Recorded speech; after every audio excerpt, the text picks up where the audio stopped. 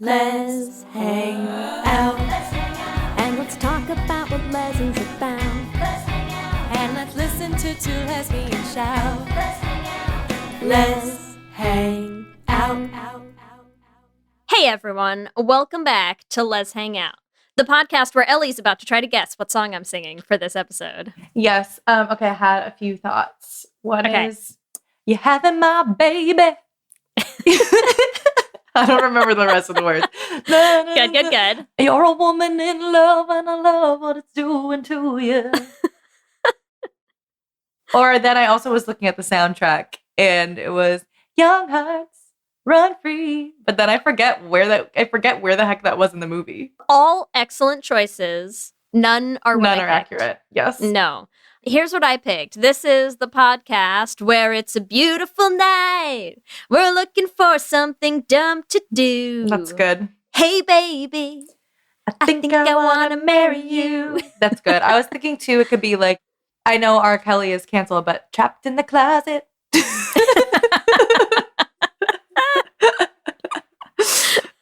I love that we've successfully turned this into a bit that is probably really welcoming for new listeners who are like, what the fuck is happening? Yes. Welcome, everyone. Yeah, welcome. Enjoy. From the West Coast, I'm Leigh Holmes Foster. From the East Coast, I'm Ellie Brigida. To those of you who have been with us this whole journey, thank you as always for listening. If you're a new listener, welcome. We're excited to have you here. Here's what's happening this week. This week in the Lesdom. This week in the Lesdom is a place where you can touch base each episode about things going on with the podcast or otherwise. In season 9, we are continuing to release our Patreon bonus episodes. Our most recent episode is on my old ass. You can listen to that at bit.ly/lespatreon.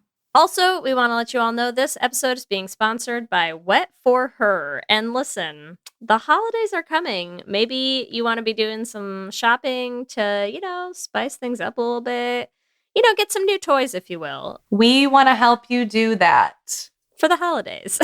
For the holidays, for the high holy days, for any day, really. And if you do want to shop at Wet for Her, make sure that you use the code WET for Lez Hang Out. Which, of course, you are. Honestly, obsessed with that. And our referral link online is wetforher.com/wetforlezhangout. So there's no way you can not remember that. Yeah. So please. Just think of how the podcast makes you feel and, follow your heart.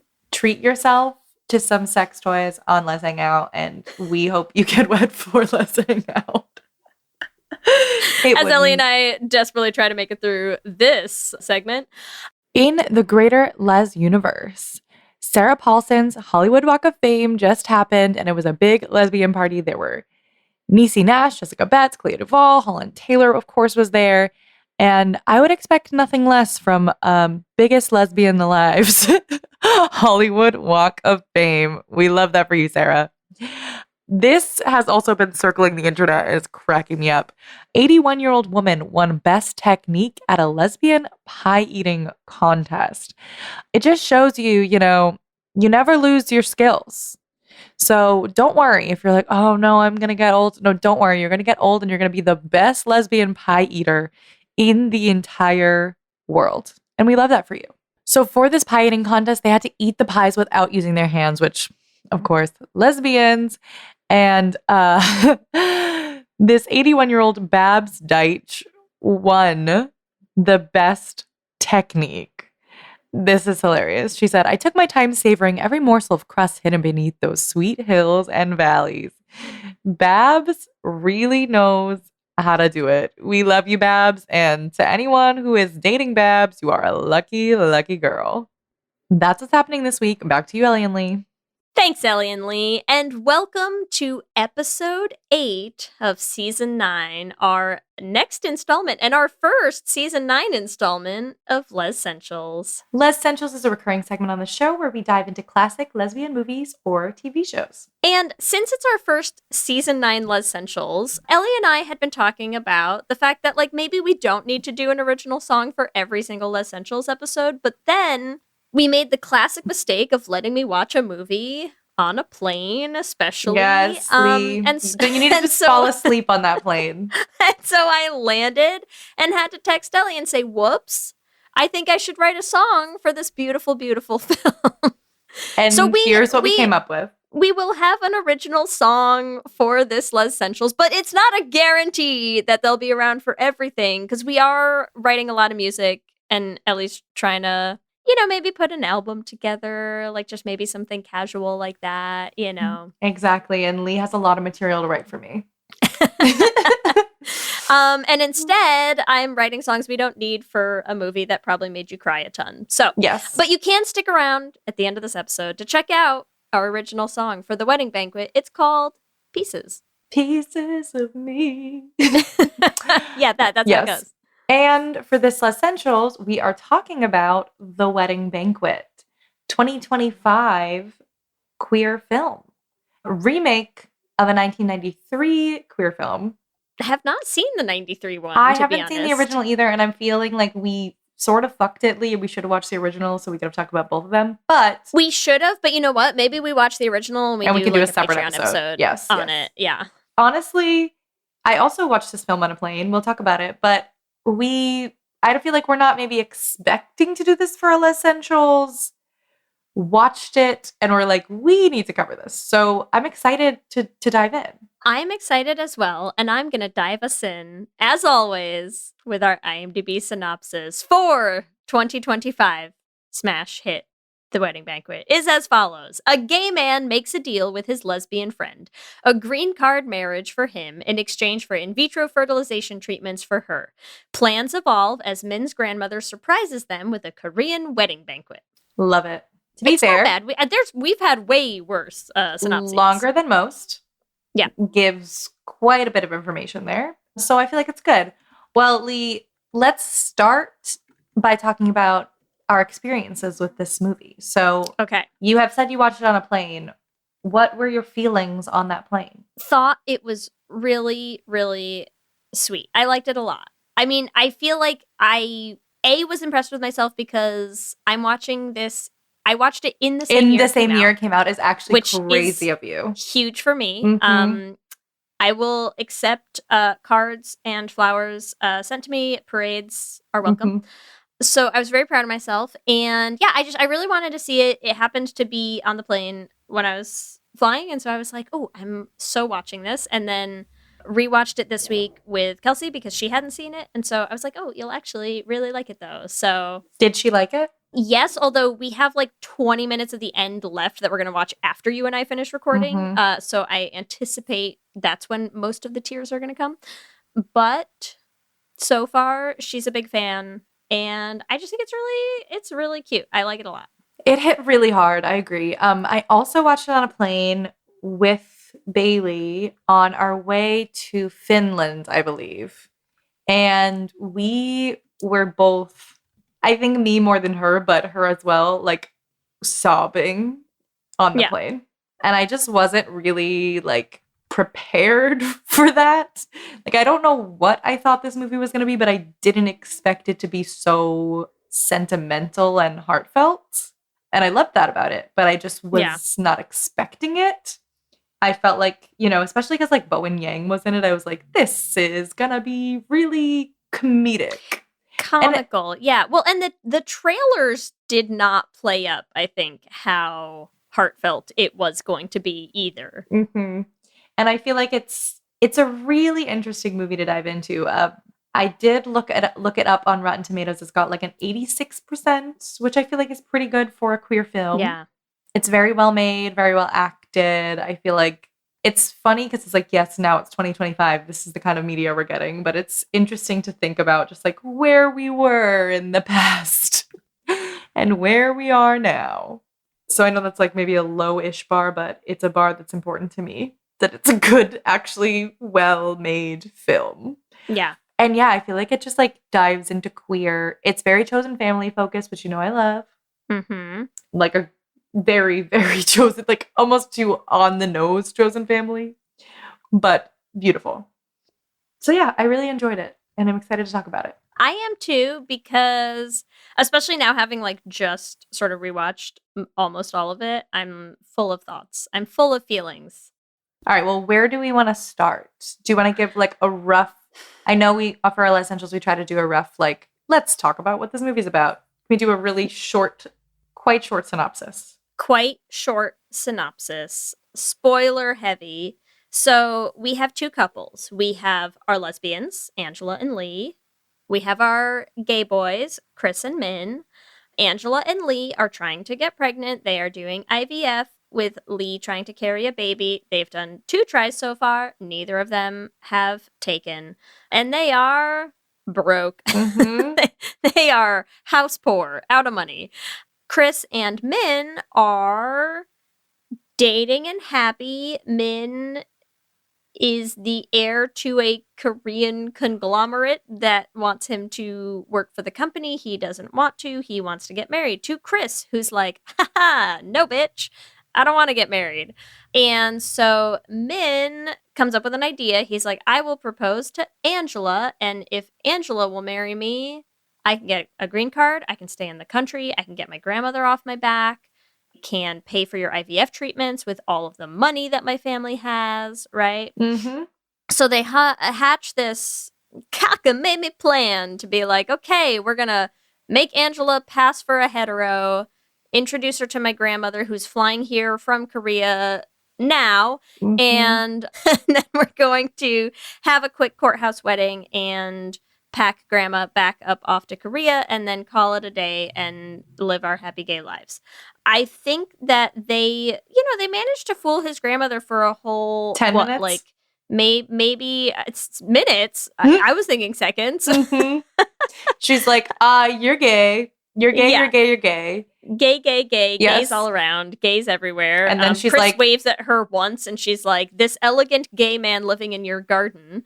So she immediately is like, okay, well, you're all a whole bunch of dumb gays. Why are you so dumb? And why are you so gay? And also, how about we actually just throw a wedding? I will have my good personal friend, lawyer son, do up a wedding for you. We'll invite the whole company. Mm-hmm. We'll force our employees to attend your fake sham marriage. And that way we can take photos so that your grandfather can be convinced that you're not a gay and everything will be fine, you giant gay idiots, right? Yes. I think is the vibe of the grandmother, who I adore. Obsessed. I love her so Yes. much in this. Okay, so they try to hatch that plan. Somewhere in there, what I skipped is Angela and Chris try to have feelings, which they are both physically incapable of doing, and instead of having feelings, they get drunk and fuck each other. And so at their fake sham marriage that all of grandma's company is attending, Angela throws up all over Min because she's pregnant.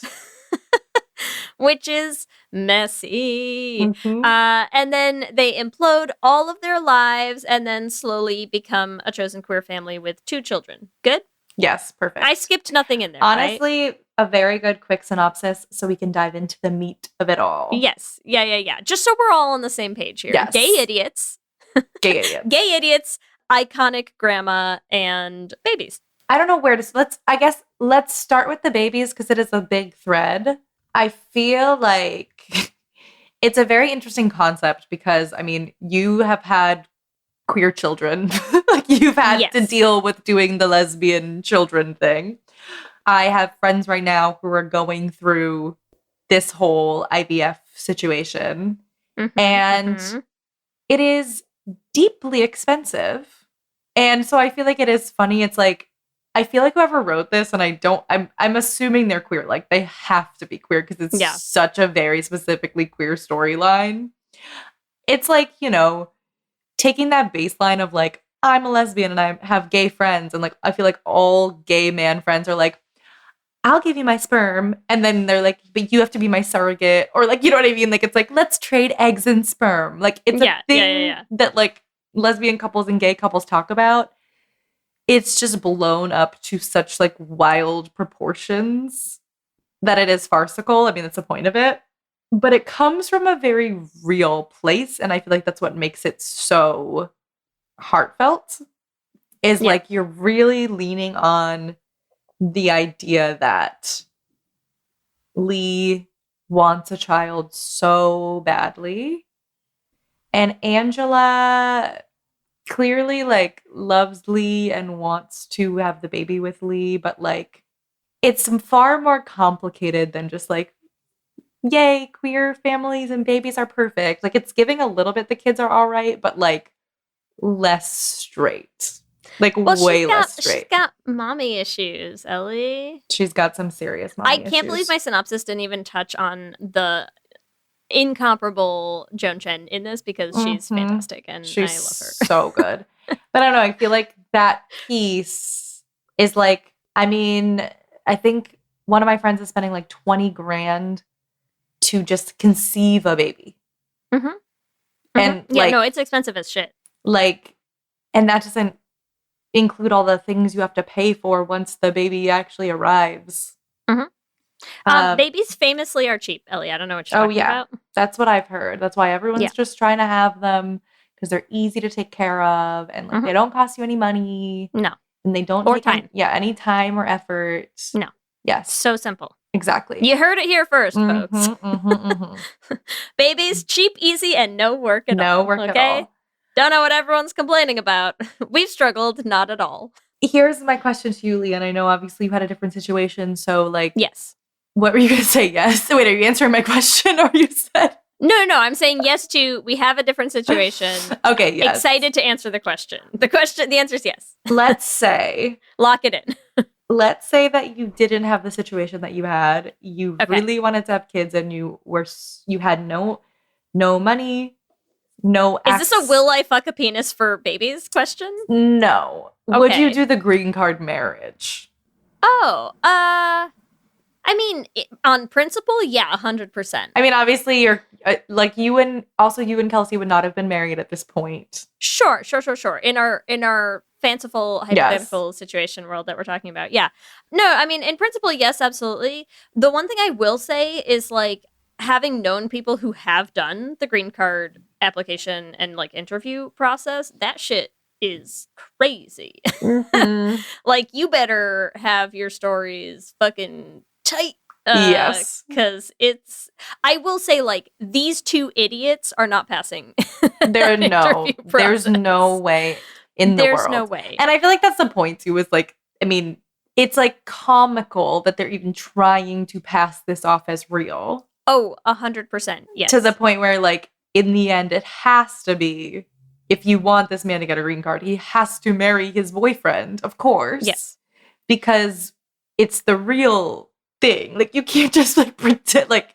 Listen, let me tell you things I love about Min as a character in this movie. He's just a delight. He's talented. He's like a ray of sunshine in every room he walks into. He's goofy. He's funny. He is not a good liar. No. He is possibly the worst liar in the world I've ever seen.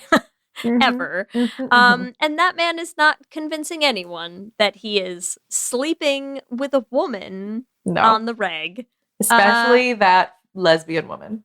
Oh no, not that giant dyke. So it wouldn't work. But in a general sense, like, would I be totally down with a green card marriage to get some sperms? Sure. Yeah. I mean, to be fair, ideally you wouldn't have to trade a green card marriage for the IVF treatments, but what about you, Ellie? What would you do? What would you do for that sweet, sweet sperm? I mean, here's the thing. It's like, clip that out of context and, put please that, post that on Lez Hang Out. What would you do for that sweet sperm, Ellie? Post that on Let's hear it, dykes. Post that on the socials. I feel like it's just a hard question for me to answer, because, like, I don't really want kids. So it's like, I can't really imagine the pull of it, but let me try to put myself in that headspace. But have you heard how cheap and easy they are? Yeah, exactly. I'm like, I don't think I care that much. Should you reconsider is what I'm asking. I don't think so. I think I'm good. I just don't think I would do it. I think I would rather just figure it out. It's not cheap, though, I will say. Yeah, or I would just rather not. It's fine. But yeah. I do feel like there is nothing more quintessentially like queers in 2025 than being like, should we defraud the government to pay for healthcare? Yeah. That's sort of right. That's actually, you've really kind of. They've hit the sweet spot. Yeah. Of queer really media. Locked that up, huh? Like, that's right where we're at. So yeah, I don't think I would. I guess my other piece of this that's like I don't know if we want to dive into it early, but here we're going to jump into it. The fact that Angela slept with Chris, fully cheating on her partner, both of them fully cheating on their partners, and then are raising the baby together. Yeah, deeply problematic. Really, I could not get behind.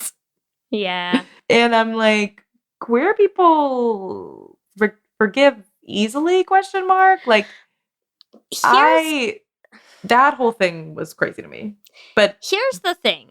Even given how you and I feel about cheating, I feel like I am less concerned with the cheating in this movie specifically than being like, have they gone to therapy though? Like, have you gotten Angela and Chris each individually in therapy? Because the cheating is what it is, but like they were both so drunk. I think the more problematic thing is like the reason they ended up sleeping together yes, is that neither one of them can process a single emotion happening in their bodies in a healthy or constructive way to be in a relationship with another human being. And also raise a baby, all four of them. So I do feel like you're right. Like I think Leigh could raise enough babies for all of them combined, quite honestly. She seems very well adjusted. Yeah. No, but I feel like it was more that they didn't process like it, and I get that like it's not the point of the movie. I'm like to process what happened, but it felt like they really didn't process. It was like one scene where they looked at each other and then all of a sudden they had a baby, all four of them together. Yep. Like it wasn't even over a lot. Yeah, like it wasn't even like a rom-com ending where they were like, I'm so pissed at you, but I love you and it's okay and blah, like it was fully like, so we're not going to talk about it. Yay, babies.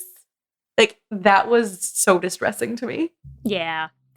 That I agree, and that's what I'm saying is like I almost have an easier time getting past the cheating in this movie. I'm like, I mean, they slept together, whatever. Like, well, also because it's like me and Bailey were talking about this, and we have agreed that it is obviously still cheating, but we were like, is it still cheating if you like are, let's say like I as a lesbian who like would never in a million years sleep with a man, get so drunk and blacked out that I somehow sleep with my gay best friend? Yeah. Like, yeah. There's a weird gray area there that's confusing. It kind of feels like the moral equivalent of like, I got so drunk I made out with my couch. Yeah. Right? Exactly. It's like, does it actually count? I mean, it counts because there's a child that was produced from this. Clearly something happened, but it's interesting. I think you're not thinking of the practical benefits, which is how much money they saved on not needing another round of IVF. Well, I feel like that's what they're like, well, it sucks, but we don't have to do IVF. Yeah, like I guess the question is, would you rather have done IVF or had Kelsey sleep with a man in a drunken stupor? And all right, well, at least we have a baby. Gosh, that's a good question. We're going to have to run some pros and cons columns here. Mm-hmm. Listen, if we'd had to pay for IVF, I don't know where I'd land on that, because it is expensive. How expensive does it get to the point where I don't know if I told you this story too. At one point when me and Bailey first started dating, they were talking to one of their friends and they were like, well, if you were going to have babies, like, how would you do it? And then she was like, well, you could just like sleep with a man, right? Because like you're bi, so like you could just do it. Like it's easier and cheaper. I'm like, don't think that's what we're going to do. First of all, we're not having kids. But like, second of all, it's not just like, all right, you got a free hall pass to have sex this one time so we can have the baby. This is someone who watched like that early season of the L Word and was like, a documentary. Exactly. on how lesbians have babies. Mm-hmm, great. Mm-hmm, mm-hmm. But it's giving that of like, I guess you could like you can sort of, you can't just like justify it, but like I understand the concept of them being like, well, it happened. It has created a situation that we wanted to be in anyway, so like we're gonna make the best of it. But it's just crazy. But I feel like I'm with you. They skipped a lot of conversations that need to happen. So much processing. From my perspective, they also skipped a lot of legal paperwork that needs to have happened there.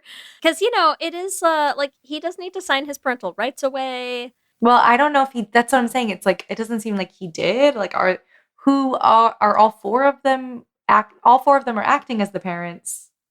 So it's an interesting situation. I feel like my assumption was that he had, but they don't show it. Mm. And so I just think, important PSA, young gays listening, he needs to sign those rights away.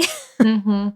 And you better have some paperwork in place, like a nice second parent adoption in that type of situation is going to be really recommended, Yes. across the board. But I do love, like, let's put the, like, unethical way that the child was created aside. The chosen family of it all is very sweet to me. Yeah, no, it's cute. I feel like you do see these four people in varying stages of their relationship between the four of them. There's like a clearly like deep understanding between Angela and Chris of each other. Like, they're best friends. They clearly care about each other. They see each other, Ellie. Yes, they see each other. I see you. They see each other. It's very sweet. It is very sweet. They're also idiots. Yes, they're both idiots. Very sweet idiots. But they see each other. They love each other unconditionally. Mm-hmm. Mm-hmm. Even through all this crazy shit. And humans are flawed beings. Like, I feel like it's a really beautiful movie because all of the people are flawed. Yeah. But they're flawed not just in very believable ways. I feel like they're flawed, a lot of them, in ways that I think, again, when we're talking about the like queerness of the film, like I think they're flawed in ways that resonate. Like, there's so many things about all of these characters, not even just the gay ones, that I think resonate deeply with queer audiences watching this movie, right? The relationship that Angela and her mom have, right? Is so, yeah, like, is so perfect in this film, right? So the synopsis that I completely left out is Angela's mother is like a PFLAG institution in Seattle who has made her whole personality supporting her gay daughter, right? And she's like getting awards and running PFLAG meetings and telling everybody all of their business and all this stuff. And there's clearly this really complicated situation between Angela and her mother where there's still so much hurt, right? There's still hurt that hasn't been dealt with, that hasn't been addressed, that hasn't been apologized for. And there's that scene where Angela is like, I hate that I have to pretend like you're a good mother. Like, I hate that that they give you awards for this. Like, I hate that, like, you've never really dealt with like the pain that she caused when Angela came out. And like, I think there is such a realistic representation of especially like what I think a lot of gay people experience these days, right? Of like this sort of weird thing where parents have their initial reactions, but then like so much, the world's so much more woke now. Everyone's so liberal. Everyone's like, it's like you're gonna get there, and how you reacted in the beginning doesn't matter, as long as like you get there in the end and you have like good intentions. Yeah, and clearly also like from her mom, I feel like they're very nuanced characters because like you don't just see it from Angela's perspective. Like, it feels like you're also getting the mom side, which is like, yes, she's overcompensating because she feels guilty about how she treated her daughter. Yes. And also, she does like the attention, and you can see that both of those things can exist. And she, when she finds out that Angela's pregnant, like, she is very supportive. And so I feel like that whole scene with her mom, like, wrecked me in the bathroom. Yeah. I feel like it, but it is a very common queer experience. And I feel like also just like a common human experience to have a complicated relationship with your mother. Oh, 100%. But I feel like when we watch queer films, I feel like the parents are always like a really dicey thing because it can be so easy to get it wrong. Right? And it's funny to me that like the most over the top kind of comical person in this movie, I think, is Mei Chen. Right? And yet somehow she's so perfect. Like, they really nailed this balance of having a extremely flawed person, like we were saying. Like, Mhm. she is a flawed woman, Mhm. right? And you can see so obviously the relationship, why they have the relationship that they have, like where all of this is coming up, all of this resentment, right? But you can also see a mother who loves her daughter, who Yes. cares so much, who is trying so hard to the point that it's like, it's too much. Like, Yes, it's so it's like, obviously can you too much. stop trying that hard? Yes. Like, stop trying that hard. Everyone can see it but her, you know? And you're like, it's coming from such a good place and it's so wrong. Mhm. You know? And you're like, you're trying so hard and it's And all failing. bad. Yeah. It's all bad, you know? But it's like, I don't know why, I just love that.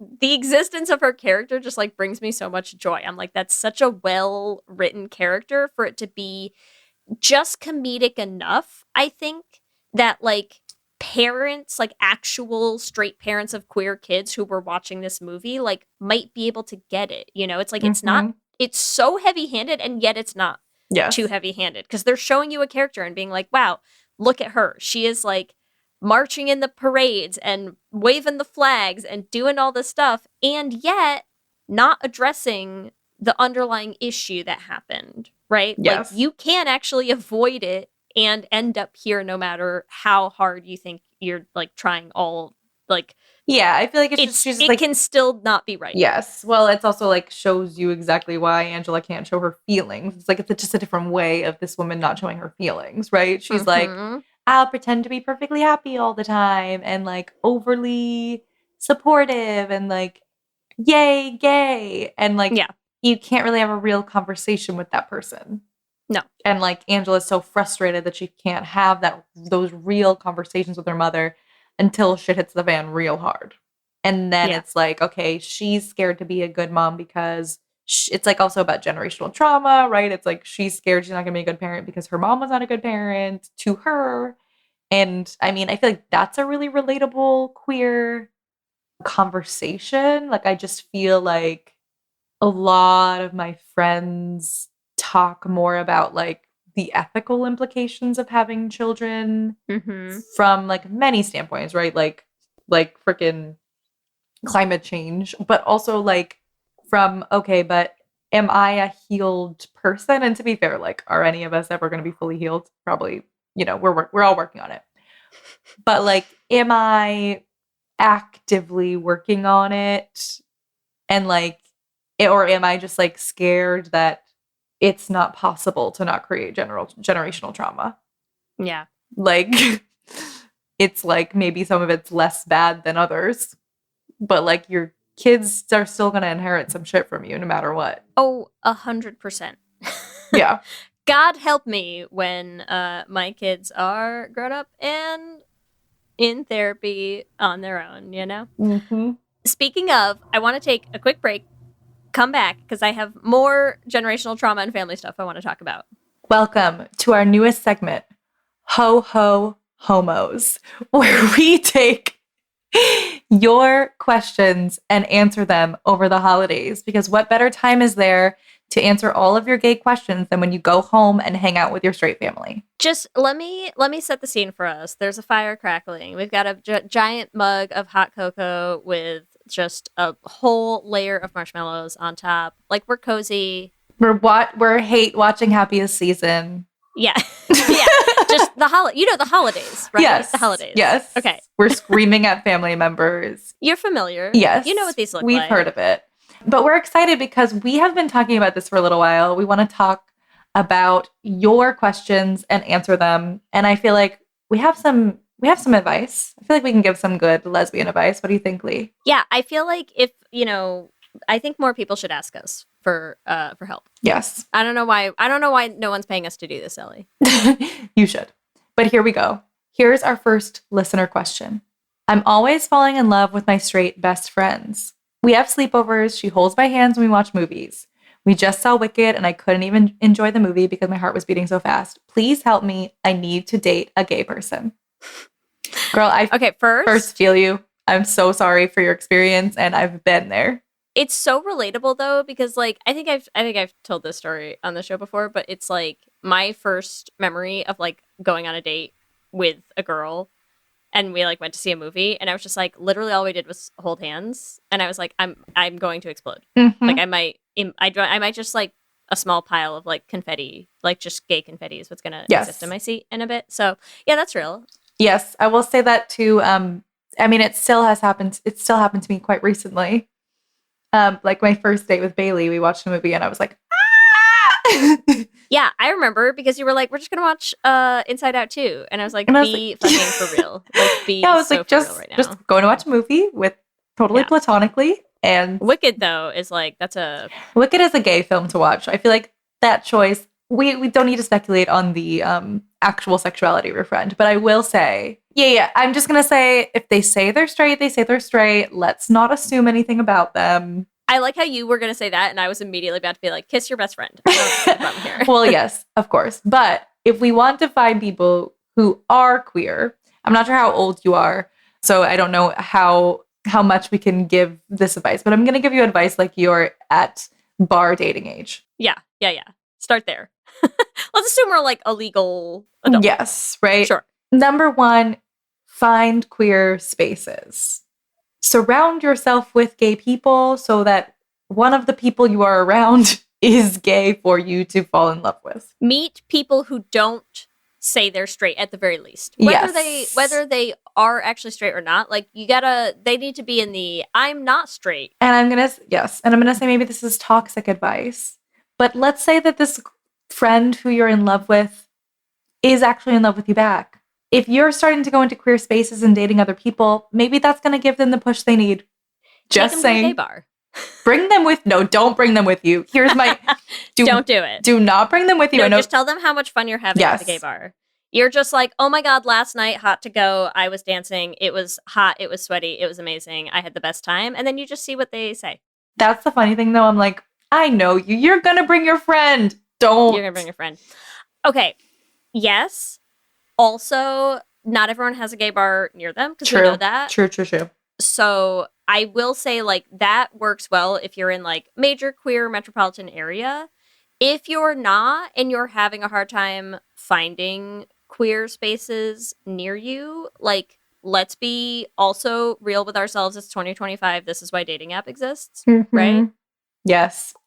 You can go on Her specifically for queer people. I feel like also on Her, they have like a community app as well section, which is like you can just find community events through the Her app. Mm-hmm. So you can go on there, even if you're like looking for like queer trivia, shameless plug, but like queer trivia, I feel like there's like drag brunch, there's all kinds of events you can go to. Even like, I don't know, maybe it's not a queer event, quote unquote, but I'm like, go to a bookstore. I'm like, go to the place. You know how people are always like, go to the places with people who have the similar interests to you. Has our burlesque episode come out yet? Because it's like, as we talked about on that episode, like burlesque is a gay space, right? Mm-hmm. So like, find maybe check your bookstore for like, maybe there's a queer author coming around. You know who's going to be in that audience? Gay people. Mm-hmm. Gay people, go there. Go to a screening of a gay movie. You know what I mean? Like there are things that are happening. Go to like an ICE protest. Like find gay people where they're at. You know what we're saying? Are you hearing us? Volunteer at a queer nonprofit. No joke. Yes. These are things that are going to enrich your life and find you a girlfriend. And if it's your best friend, honestly, wouldn't be the first time. But try to put yourself in spaces where there are out queer people and give us the update. Our answer always is going to be like, just be around more queer people. Exactly. That's always just like the answer to anything in life. You're like, I have like acid reflux. Find more queer people. Hang out with them. That's it. Yeah. Honestly, Leigh, I think we crushed it. We did great. You're welcome, everyone. Okay. I want to talk about the grandmother. Yes. Because listen, I adore her as well. This woman, I'm like, I want to pick her up. I want to put her in a little satchel at my side and then just carry her around with me at all times. I love her so much.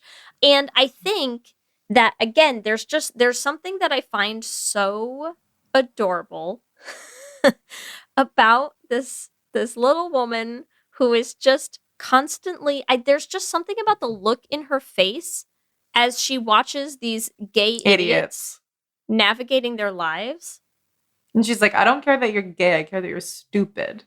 It's not but she even does care that they're gay. She does care that they're gay, but I think there's just something about, like, again, watching someone sort of realize that they're, like, out of the times now, you know? And, like, I think about that conversation that the grandmother has with Min when she, you know, so they're doing the photo shoots, like the wedding photo shoot series with the family.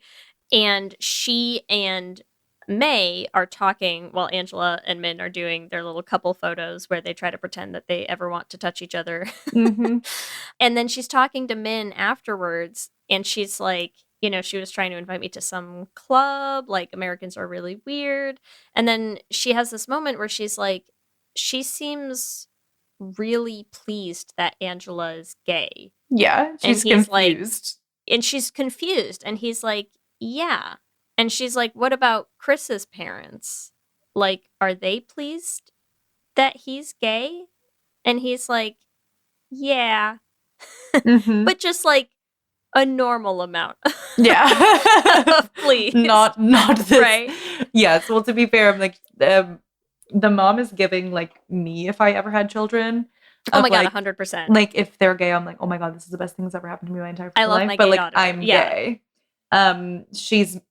It's just funny. But there's just something that I think is, like, really touching about watching how they allow you to see her processing the realization of, like, she's known Min is gay forever, right? Like, she has to have always known. And it's just been this, like, unspoken, buried secret. We don't talk about it. You don't tell me about it. I don't want to know about it. Don't let your grandfather find out about it. Like, bury this secret. It is shameful and bad. Yes. Right? And then you're watching her be around other people and realizing that their families are happy for them. And that this isn't, like, a bad, disappointing thing that they have done to their families, right? And you're just sort of watching, like, I don't know, there's something about the way that the actress playing the grandmother just manages to capture, like, really beautifully, I think, in this moment of realizing that, like, probably that's what Min wants, right? Like, he wants her to be able to be that. And I don't think she knows how. And it's so, like, I don't know, that's what gets to me in this movie, you know, is I think this realization that it's like, it's just a collection of people who are trying to love each other the best way that they know how and not really knowing how to do it any better than they each can. Yes. And it's like, that to me is like, oh, it's so good. It's so good. Yeah, like, it's, like I said, it's so flawed, and it is, like, but it is so earnest, right? You do have people who are just, like, feeling that feeling of, like, I'm not doing this good enough, and, like, I really want to, and I just, like you said, like, I don't know how, and the generational trauma of it is tough, because it's like, you don't know how because you didn't do it. I think it's interesting, too, because I like the storylines, too, where it feels like, when you think about generational trauma, it's, like, top down, and then, like, the healing tends to be down. I like the fact that it, like, feels like there's a bottoms up, but there's, like, a little bit more of a trickle up kind of situation where it feels like the grandmother heals some things about herself through seeing how Min interacts with the world as well. Yeah. Well, and I think through seeing that, like, he has found a family who loves him. And who accepts him and who is happy with, like, who he is, you know? And, like, and I think there's something that's probably bittersweet about it, but, like, I do think that it does, like, I know you don't get to see it, and I really wish you did, but, like, you know that their relationship is not the same after this. Yes. Right? For the better. Like, I think ultimately probably for the better, because now there's this thing that they can talk about in a way that she can be involved in his life that has not been accessible to them yet.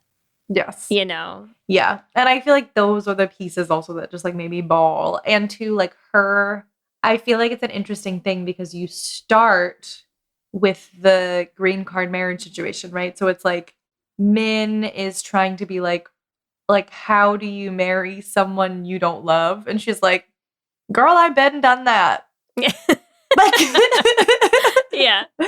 She's like, what do you think I did? Yeah. You know, like, it's also like, I feel like it's interesting because she's not gay, but like she can also understand, she still understands Min's experiences. Yeah, the weight of expectation, the weight of, like that sense of Familial duty, yeah. filial piety. Somebody was using that word a lot, filial piety, and like somebody else in the room was like, what the hell is filial piety? And like anyone who like experienced it is like, yes, I understand the filial piety.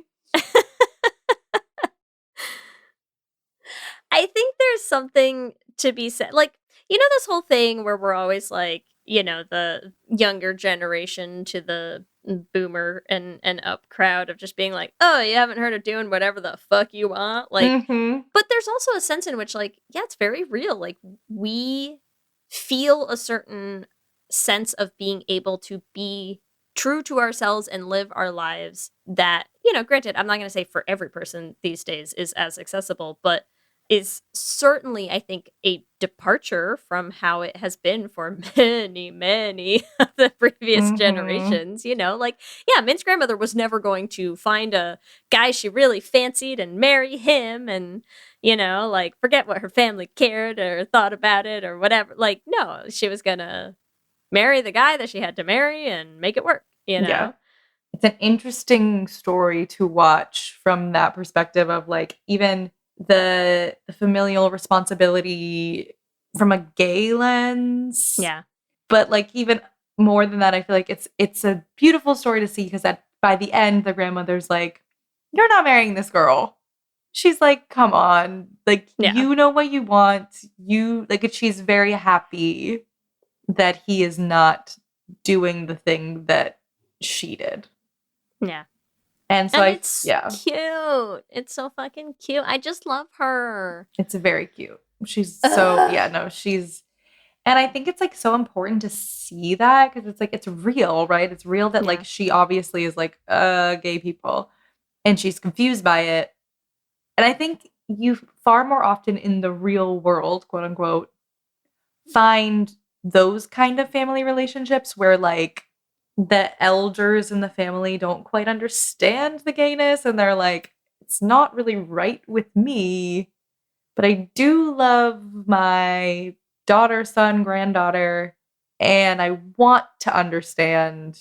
And it's just hard because I haven't. It's like it's a more nuanced take on rather than just like I come out and my family has to support me immediately because like it makes sense that they would be confused and working some stuff out. Yeah. The nice thing about this is that like she does work it out in a way that feels like accepting and nice at the end.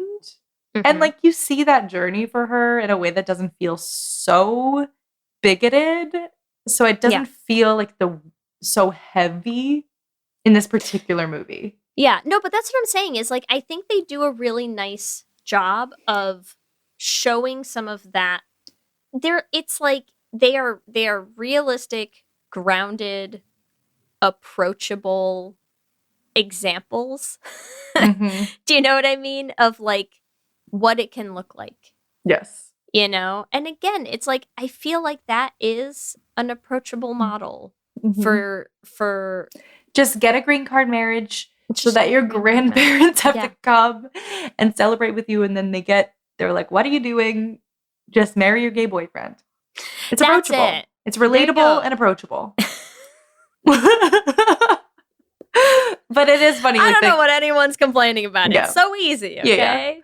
The concepts are ridiculous, but the characters are super relatable. And I feel like that's what makes it feel... And like, they're just very grounded. Like, it's all very grounded in like realistic things, It's like the scenario itself on like the face of it is wildly implausible and insane. And yet when you pick apart all the little pieces of it, all of them are so relatable. They're so real. They're so just, I don't know. I think they did a really nice job with it, It's like every person is both a caricature and like a case study. Yes. you know, of Lee's the same way. Like, as much as we're like, Leigh has it all pulled together. And I'm like, Leigh, man, like, stand up for yourself. Like, do, like, have a spine. Like, do something. Like, what are you doing, Mm-hmm. But then at the same time, you're like, but yeah, I mean, also that's so real, like when you're sort of like the more pulled together partner in the relationship with, like your girlfriend who plays with worms and is a little all over the place and like a little bit still emotionally Stunted, unavailable Mhm. and like dealing with her mommy issues and stuff. It's like, yep, I guess that actually just does feel right. So yeah, I don't know, all of them, they're just all, I think they did a really nice job. I feel like we have talked about a lot of gay movies. We have covered the range, I think, in terms of Mhm. like realism, absolute like insanity, whatever. And I feel like I was surprised at how much I think this lands in like a really sweet spot for me that I think is hard to get right, Yes. of giving you examples of things that are not necessarily even like the realism of it, but just that the heart of the characters carries a lot of like real grounded Yes. Wait. context Yes. and weight and just where everyone is coming from. I think for queer people resonates really deeply, and I think that means that for straight people who watch the movie, especially parents, that I think that there's just like a lot of possibility of finding something of value there, Mm-hmm. and I hope people do. Yeah. I mean, I also just thought it was like very entertaining. It was, and it, like I said, it was, the character arc was so good that, and so just like deep and heartfelt that I really felt empathy for all of the characters. Yeah. Yeah. Yeah, I like all of them, and they're Mhm. all broken, I know, damaged people. messes of people. They're messy. I do feel like I was just like wanting to slap Bowen Yang through the entire, like, honestly, Oh, a lot, yeah. like I was like, this character is so annoying to me. Like, and Angela too. honestly, I mean, I had a hard time with her. Yeah, both of them was tough. I'm like, why don't you want to marry this man who is obsessed with you? No, just stop. But I get it, because it's like, it's relatable. He doesn't feel like he's good enough, blah, blah, blah, blah. But I'm like, just get over it. This man loves you. Just accept it. I wanted to slap him so bad.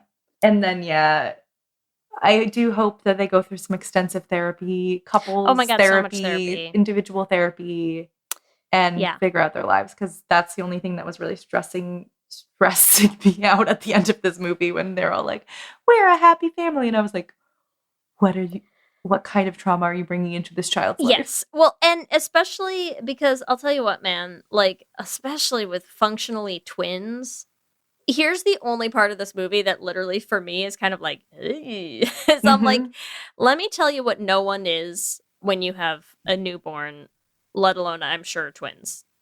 Your best. No one is at their best when they are getting sleep. Handful of hours of interrupted sleep, when you are constantly being, like, you have no more time for yourself. Your thoughts don't get to be about you. You are not a priority. There is always like a hefty amount of just resentment at the world that everyone has to figure out how to manage for themselves when you have children. And I'm looking at these two extremely problematic, broken individuals who like human beings. Yeah. cannot manage their own emotions around anything. I'm like, the amount of resentment that Angela has for her mother that she can't process. And I'm like, you have two babies. You have two babies now that you're going to be resentful towards. And like, you can't bottle that all up, man, with your kids. Like, you can't do that the way that we just watched you have an entire movie with your mom doing that. It's bad, and and like, Chris, like I'm just like, oh my God, like there was like some growth, and also like not enough growth for me to feel super comfy, but I'm hoping that it feels like the runway after this film is a lot of therapy, and I hope that I really truly hope that for them. And that's where we're at. Anything else you want to discuss about this film before we wrap it up? If people haven't seen it yet, I mean, it's really nice. It's so worth the watch. Y'all should watch it. It's really good. It is like, I think it's a nice sweet spot of like, it's touching and it's funny and it's emotional and it has its sad moments, but it's like, it's not just like I'm just gonna watch like a depressing queer story of like how someone's gonna die for being gay. Like, it's, I think it's like, it's a good watch. I think it's a good fun watch. Thoroughly enjoyed it. I'm really curious to see how the original holds up. So maybe that's our next. Yeah, no, we'll definitely have to compare dive. And contrast and see what we think. Because I mean, there's going to be some, the 30 years difference. I'm really curious how relatable and grounded do you think that we story will see and situation? I mean, I don't know. It could be. We'll see. All right. You ready for our Q and Gay? I'm so ready. Hit me. Q and gay. All right. Question number 1. Are you an A, Angela, B, Leigh, C, Chris, or D, Min? Oh, that's a hard question. I mean, in a one sense, I am a Leigh, right? Yes, you are very specifically a Leigh. There's that. I feel like I don't know. I think I'm a mix of like I'm like a mix of a lot of them. Mm-hmm. You know what I mean? Or a hybrid. I think I'm a hybrid. I think I'm like somewhere between like a Min and an Angela somewhere. I don't know, man. I feel like there's a lot of components of each of them that I think I've got. Nice. I don't have a good answer. That's okay. Okay, question 2, Ellie. What kind of wedding would you want out of A, courthouse wedding, B, traditional, your standard wedding, C, eloping, or D, no institutions?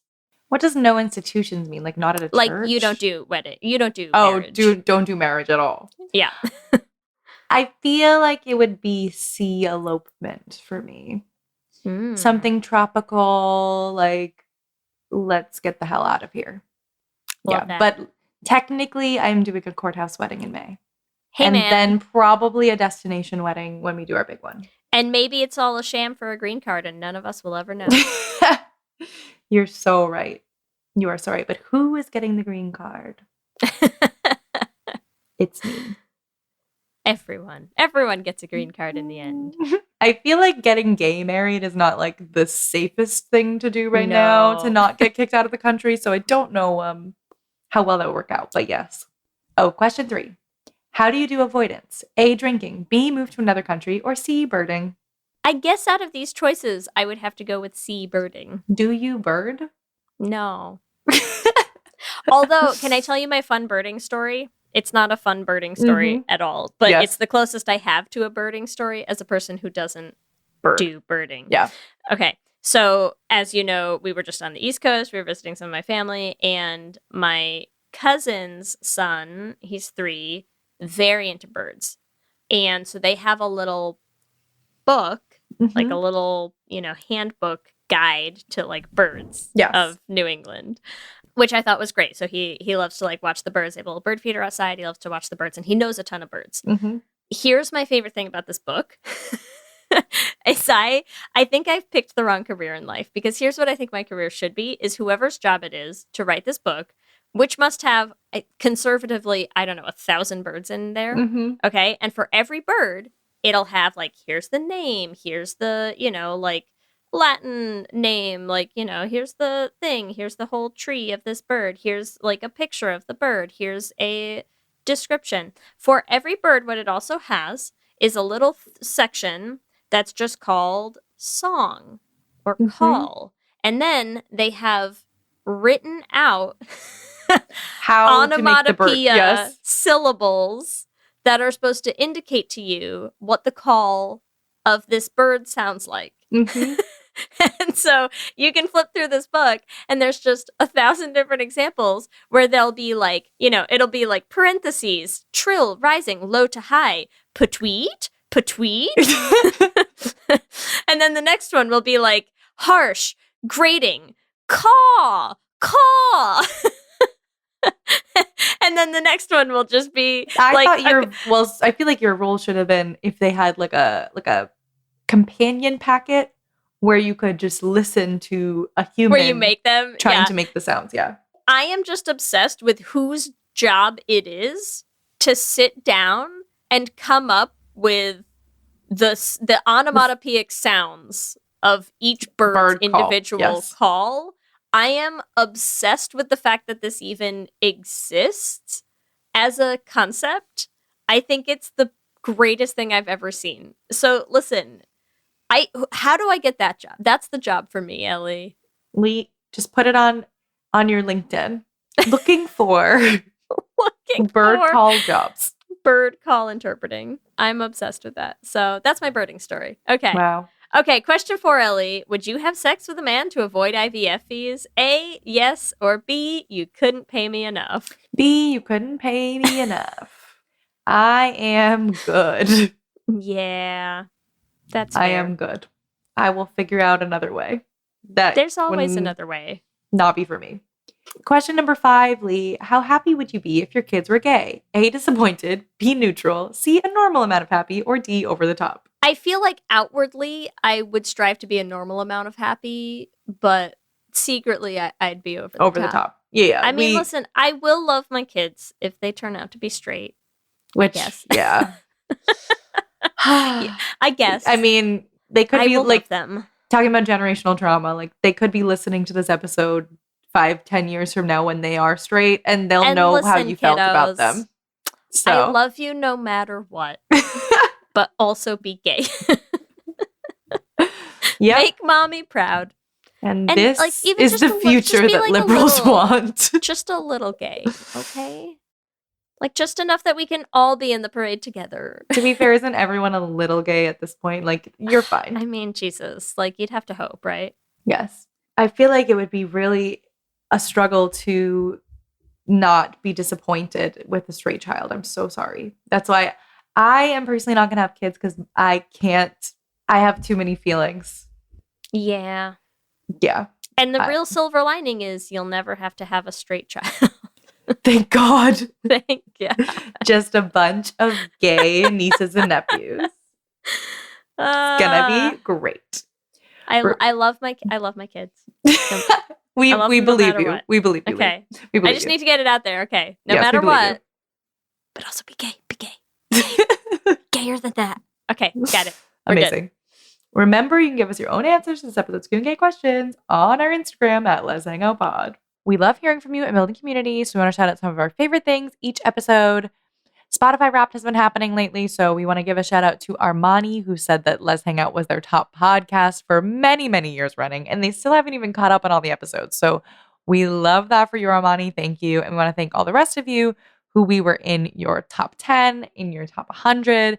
If you're listening at all, we love you, and we super appreciate the support. As always, we want to thank our Lesbian Jesus patrons, Mark Foster, Lizette Stye, A.D. Benitez, Sophia Phillips, and Armani Gucci. And our King Princess patrons, Amy and Ellen. And Andrea Doucette. Thank you all so much. We could not keep doing this show without you and all of our patrons. Remember, you can also find us on all the social medias, Instagram, Facebook, Blue Sky, and TikTok at Lez Hang Out Pod. You can email us at lezhangoutpod@gmail.com. Check out our website at lezhangoutpod.com. And whatever app you use to listen to podcasts, make sure that you subscribe. That way you'll get new episodes as soon as they go up every week. We're also putting videos up on our YouTube channel, so make sure you subscribe at youtube.com/lezhangoutpod to catch them. Lez Hang Out is an independently produced show. It's hosted by us. Our audio production is done by Ellie. Our production assistant is Krista Murison, and other podcasting shenanigans are done by me. If you want to support the podcast, the best way to do that is to rate and review us on iTunes or wherever you listen to your podcast. We love to hear what you have to say. If you want to join our Patreon, you get access to our Les Extracurricular bonus episodes. You get access to our Discord chat,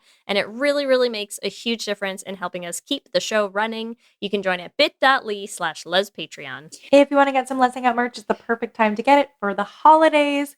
You can get that at our merch store at bit.ly/LesMerch. Remember, we also have a queer production company making queer podcast musicals with guaranteed happy endings. You can find us everywhere at $Prod. Or at our website, dollarbeanproductions.com. You can check out our first 2 shows, The Flame and Journey to the Heart, on any podcasting app. And if you want to help support us in making more musicals, you can join our Patreon at bit.ly/dollarbeanpatreon. If you want to follow us individually, you can find me on Instagram, Blue Sky, and TikTok at LSH Foster. You can find me at Ellie Bridgida on Instagram and TikTok.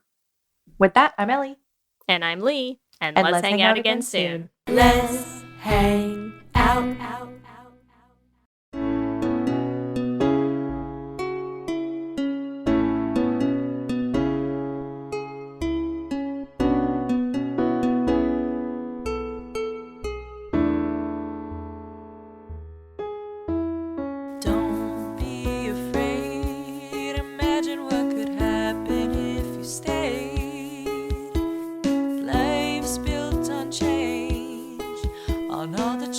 choices that we make. Look in my eyes, tell me all the secrets they hide. Broken by lies, another fanciful disguise. So fold the edges neatly, whisper to me sweetly, 'cause all the pieces go together, all the colors coincide. Yeah, it could be this way forever if you tried. No one tells you that it's worth it. What's at stake, what you could lose, if you believe you don't deserve it, if you're too afraid to choose to be true to who you are inside you. Leave your worries far behind you. Don't you know your heart will guide you home? See what you're worth. I know that you've been scared, you've been hurt. Patterns you learned, now all the lines getting blurred. No need to doubt that we can find a way to work it out. Don't be too proud, you only need to stick around. Feel your heart repeating all that we've been dreaming, 'cause all the pieces go together, all the colors coincide. Yeah, it could be this way forever if you tried. No one tells you that it's worth it.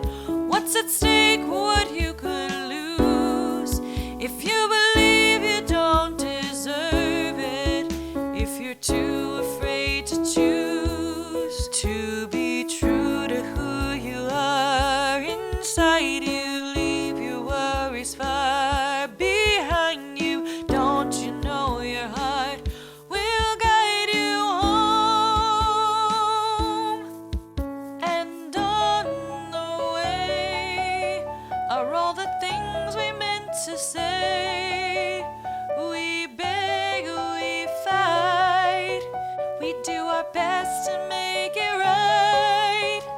So hush, little baby, don't say a word, 'cause all the pieces go together, all the colors coincide. Yeah, it could be this way forever if you tried. And no one tells you that it's worth it. What's at stake, what you could lose, if you believe you don't deserve it, if you're too afraid to choose to be true to who you are inside you. Leave your worries far behind you. Don't you know your heart will guide you home?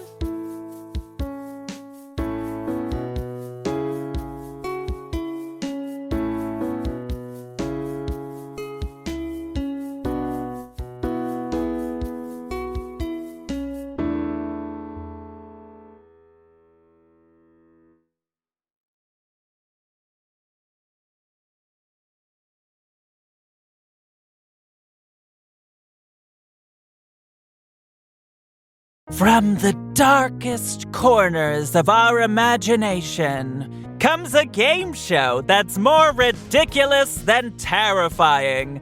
Welcome to Tickled to Death, the horror comedy game show where nothing is sacred, everything's a little unhinged, and the only thing more cursed than the questions are the jokes.